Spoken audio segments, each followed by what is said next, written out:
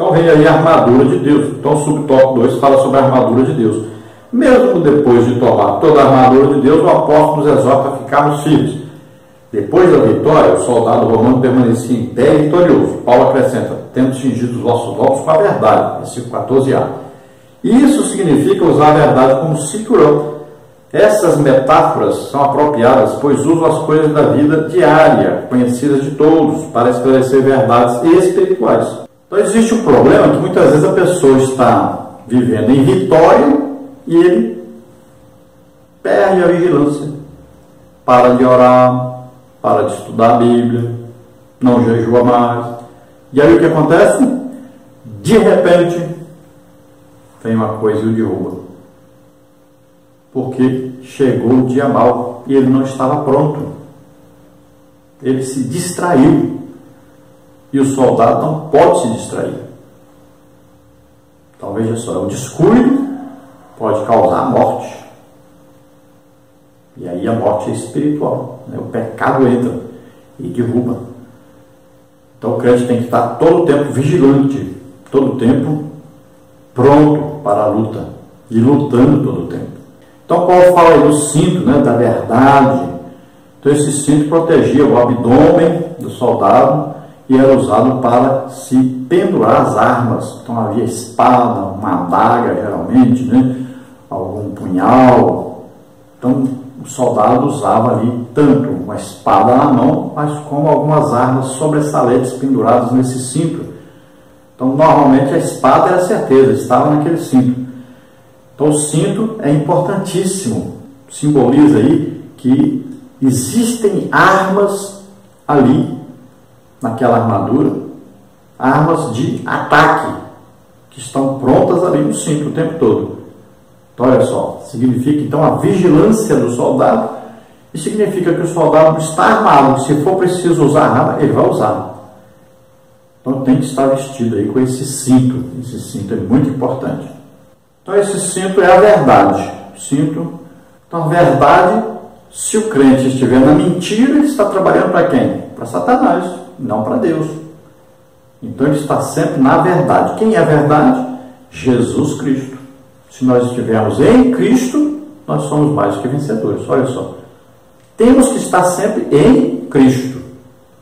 Então o cinto aí significa verdade. Então, estando em Cristo, que é a verdade, nós vamos sempre estarmos numa posição espiritual vencedora. Porque Jesus venceu e se assentou à direita do Pai, como vencedor. Por isso que ele está assentado. Se estivesse brigando, guerreando, estava em pé. Mas está assentado à direita do Pai, porque ele venceu, ele lutou e venceu. Tópico 3, a couraça da justiça. É uma armadura defensiva em forma de um manto de ferro feito de couro, tiras de metal ou escamas de bronze. Como está em 1 Samuel 17:5. Sua função é proteger o pescoço, o peito, os ombros, o abdômen e as costas. Dependendo da época e da civilização, a couraça chegava até a coxa. O apóstolo Paulo usa a couraça como metáfora para ilustrar a defesa espiritual como couraça da justiça, versículo 14. Um abrigo contra as feridas morais e espirituais e uma proteção da justiça de Cristo imputada ao pecador. É a couraça da fé. Então, como a couraça ela era usada para cobrir aí o coração, né, os pulmões, né, o rim, o fígado. Então, essa couraça, ela significa para nós a justiça. Aqui a justiça é de Deus. Nós somos justificados por causa do que Jesus fez por nós. Então vai significar para nós aqui a nossa vida em santidade. Aceitamos a Jesus, somos declarados santos, é uma posição santo.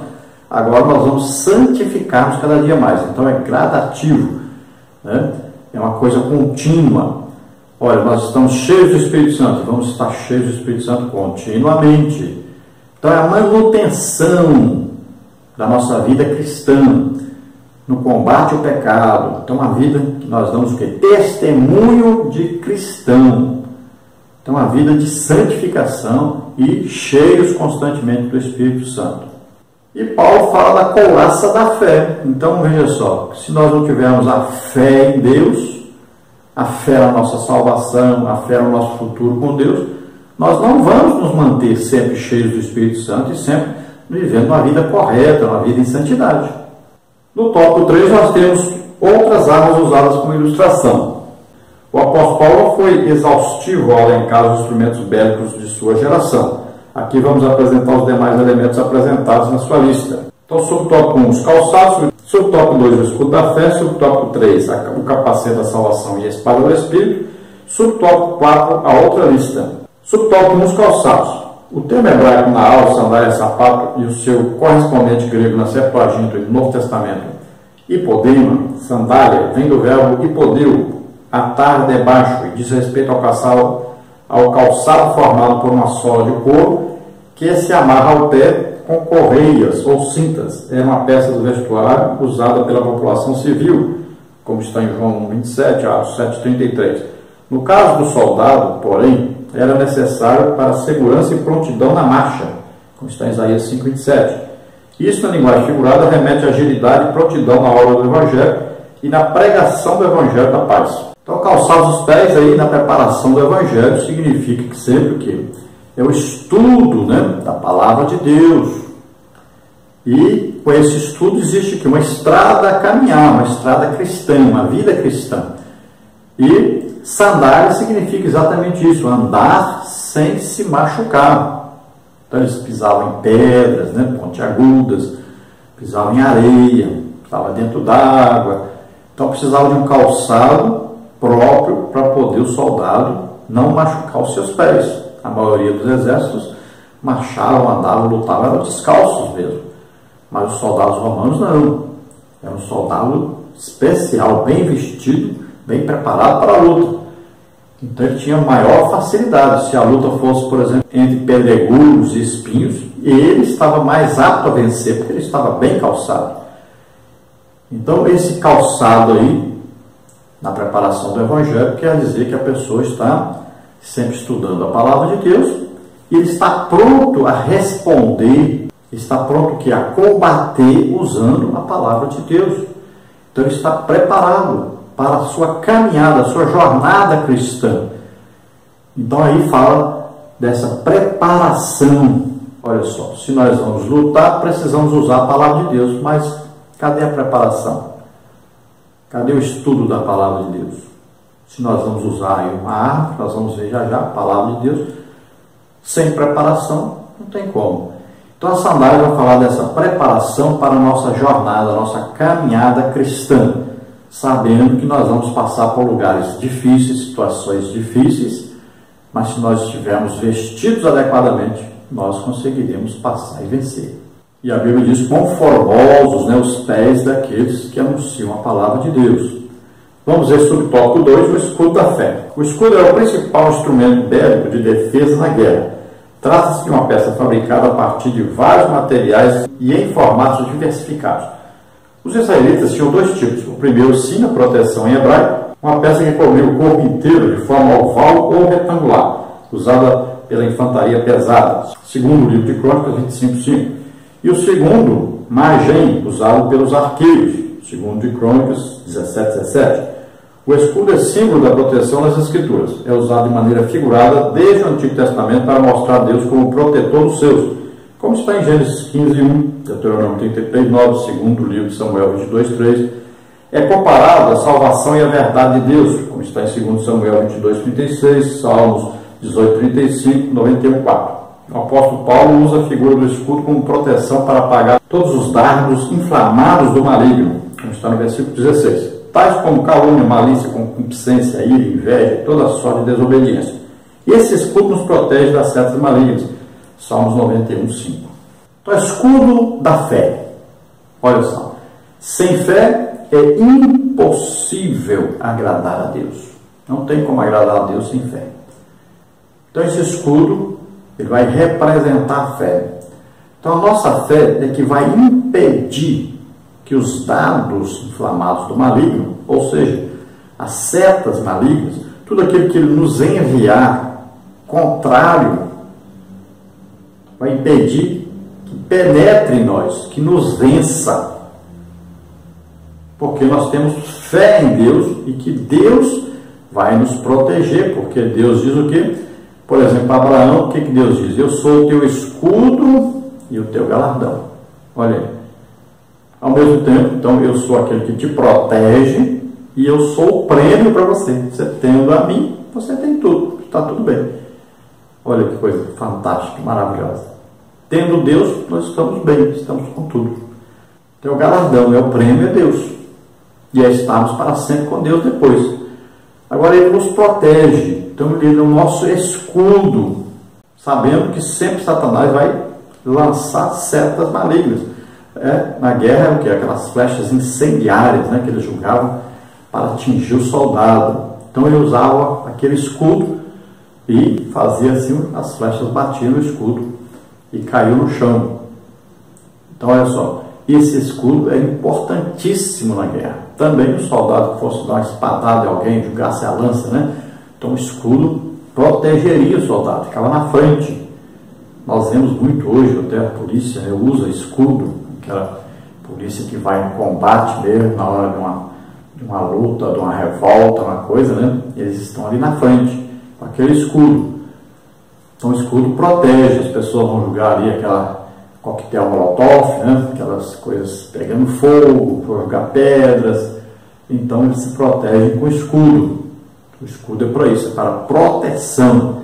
Então, a nossa fé é a nossa proteção contra Satanás e as suas armadilhas, ciladas, né? Sua difamação, suas mentiras, sua perseguição, tudo. Ele manda doença, ele manda tudo para nós. Nós temos então que ter o escudo da fé para nos proteger. Subtópico 3, o capacete da salvação e a espada do Espírito, como está no versículo 17. O capacete era uma cobertura para a cabeça feita de metal e internamente alcochoada para o conforto do usuário e a proteção eficiente da cabeça. No Antigo Testamento, a salvação é o capacete que Deus usa na batalha, Isaías 59, 17. Parece que Paulo segue nessa linha em outro lugar, tendo por capacete a esperança da salvação, 1 Tessalonicenses 5,8. A espada literal é uma arma de ataque, mas no sentido figurado, é um símbolo de guerra, julgamento divino e autoridade ou poder, como está em Levíticos 26, 25, Jeremias 12, 12 e Romanos 13, 4. A expressão paulina espada do Espírito refere-se à Bíblia, pois as Escrituras Sagradas vieram do Espírito Santo, como está em 2 de Pedro 1, 21. Por isso, Paulo completa dizendo que é a palavra de Deus. Isso significa que a Bíblia é a palavra de Deus, como ela própria se declara em Marcos 7,13 e em Hebreus 4,12. Hebreus 4,12 diz assim, porque a palavra de Deus é viva e eficaz e mais penetrante do que qualquer espada de 2 gumes e penetra até a divisão da alma e do espírito e das juntas e medulas e é apta para discernir os pensamentos e intenções do coração. Então, basicamente, nós temos que saber aí que, quando fala de capacete, o capacete protege a cabeça. Dentro da cabeça está o cérebro e no cérebro está o quê? A nossa mente. Todo o nosso corpo, né, toda a nossa ação depende do cérebro. Nós estudamos sobre isso, né? Então, a nossa mente ela é controlada pelo Espírito Santo quando nós estamos em contínua comunhão com o Espírito Santo. Agora, a nossa mente ela pode ser tentada por Satanás e seus demônios. A nossa mente pode, na verdade, um campo de batalha. Então, olha só, se o crente não tiver a certeza absoluta de sua salvação, então ele vai ficar em dúvida na hora de combater os maus pensamentos, os maus desejos, as más intenções, né? Veja só, ele vai aceitar a tentação, ele vai ser convencido pela tentação. Então, olha só, por isso o capacete da salvação é importantíssimo. O crente deve estar em todo o tempo em comunhão com o Espírito Santo, tendo a certeza, é o Espírito Santo que dá essa certeza a nós de salvação, de perdão de Deus, de comunhão com Deus. Então, essa certeza de salvação vai proporcionar a nós a coragem, né, de combater as tentações e vencê-las em comunhão com o Espírito Santo. Veja só. Então, o crente todo o tempo tem que ter certeza da sua salvação.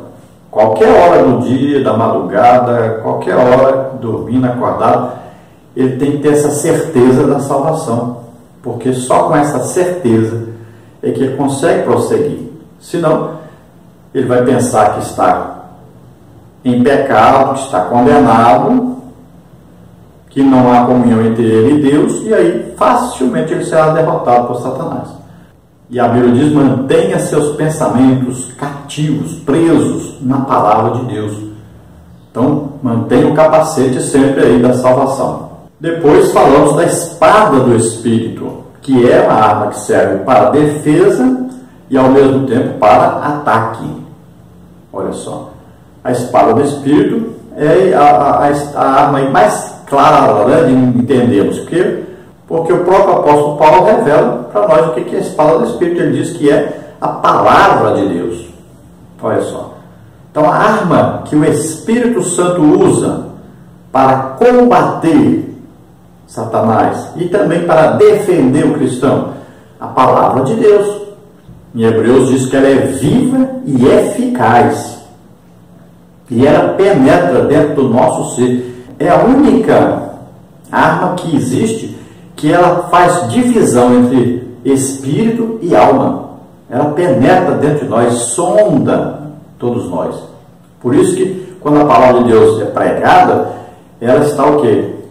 Sondando os corações, ela vai penetrando, né, dentro de cada um que está ouvindo, e ali ela vai procurando o que é a necessidade que existe ali e vai entrando ali, trazendo a solução. Então é por isso que nós ouvimos a pregação, às vezes choramos, né? Às vezes aí nos revoltamos até contra nós mesmos, né? Porque essa palavra vai entrar e vai naquela ferida que precisa ser sarada. É como um chicote, né, batendo. Então a palavra de Deus é assim. A palavra de Deus é a arma poderosa. E ela tem dois gumes. Olha, pode ser usada falando do Antigo Testamento, pode ser usada falando do Novo Testamento. Ela tem dois gumes também, que significa que ela corta para quem está ouvindo, mas corta também para quem está falando. Ela tem dois gumes também, porque ela fala de coisas materiais, mas ela fala também de coisas espirituais. Então a palavra de Deus é apta para discernir até as intenções do coração de alguém. Então ela vem para mudar, transformar a vida. Então é usada como espada porque serve como juízo para o pecado. Vamos ver o subtópico 4, a outra lista, versículos 18 e 19. Oração e súplica vêm permeadas entre esses elementos da armadura de Deus e permanecem juntas a essas armas espirituais que sem a oração seriam inúteis. A oração deve ser em todo o tempo e com súplica no Espírito e vigilância, como está em Mateus 26, 41, Filipenses 4, 6, 1 Tessalonicenses 5, 17. As virtudes gêmeas, vigilância e perseverança, aparecem na instrução para orarmos uns pelos outros. Quando um homem de estatura espiritual do apóstolo Paulo pede a oração da igreja em seu favor e pelo seu ministério, como está no versículo 20, isso mostra que não existe super-homem na igreja. Todos nós somos dependentes do Senhor Jesus e contamos com a oração uns dos outros. Então aqui é mencionado uma lista que, na maioria das vezes, quando a pessoa vai falar sobre a armadura de Deus, não cita isso aqui. Ele lê até ali, mas para e não lê esses versículos 18 e 19, que são importantíssimos. Fala aí, ó, de vigilância, perseverança, fala da oração em todo o tempo, com todo tipo de oração e súplica. Olha aí, não adianta nada a armadura sem a oração, sem a vigilância. Como é que o soldado vai se defender ou vai atacar se ele não está vigilante? Não adianta. O inimigo vem, pega desprevenido, pronto. Não adiantou nada estar de armadura. Então é preciso estar vigilante o tempo todo, perseverando na fé, sempre esperando a volta de Jesus. Olha só, todo tempo vocês têm que estar vigilantes. Se não for assim, perde a luta. E quais as orações? Então são vários tipos de oração que nós podemos orar. E nós podemos dar um resuminho rapidinho. Primeira oração, de arrependimento de pecados, para poder ligarmos com Deus. Segundo, agradecimento, a oração menos feita, orar agradecendo. Depois, louvor, não precisa ser cantado, louvar a Deus pelos seus feitos. Depois, adoração, não precisa ser cantado, adoração é aquilo que você fala com Deus, o que Ele é para você. Então, o que Deus é adoração. Depois vem o que? A petição, pedir alguma coisa para Deus, para nós. Depois vem o que? A intercessão, pedir alguma coisa pelos outros. Intercessão é se colocar no lugar de alguém, de outrem, ou de uma nação, né? Aí nós temos, por exemplo, consagração, entregar nossa vida para Deus, entregar tudo que nós temos para Deus. Uma oração de transferência, né? Transferindo, lançando sobre Jesus todas as nossas ansiedades, preocupações, porque Ele tem cuidado de nós. Então são vários tipos de oração. Conclusão, então, diz assim: os crentes precisam dessa armadura de Deus ainda hoje, e isso porque bem sabemos que os inimigos da igreja não são agentes humanos. Estão por trás deles os demônios, liderados pelo seu maioral, o diabo. Os recursos espirituais apresentados aqui são importantes e poderosos para expelir todas as forças do mal. Olha, os crentes sempre precisaram e continuam precisando da armadura de Deus. Nunca podem ficar sem essa armadura, que ela é importantíssima. Então permaneça aí vestido, revestido dessa armadura de Deus, para que você possa resistir no dia mal, né? Fazer tudo o que for possível, né? Ficar de pé, ficar firme, tendo em comunhão com Deus. Vamos orar agora então. Se você deseja aceitar Jesus como Senhor e Salvador, é sua oportunidade. E se você deseja agora revestir-se dessa armadura, tomar posse dessa armadura, ficar firme no Senhor, lutar as guerras do Senhor, então vamos orar juntos. Pai querido, em nome de Jesus, nós te agradecemos por essas vidas que se chegam a Ti, arrependidas dos seus pecados. Ajuda-os agora, Senhor, em nome de Jesus te pedimos. Escreve os seus nomes no livro da vida, salva, Senhor, perdoa agora, transforma nossas vidas, capacita-os para a luta.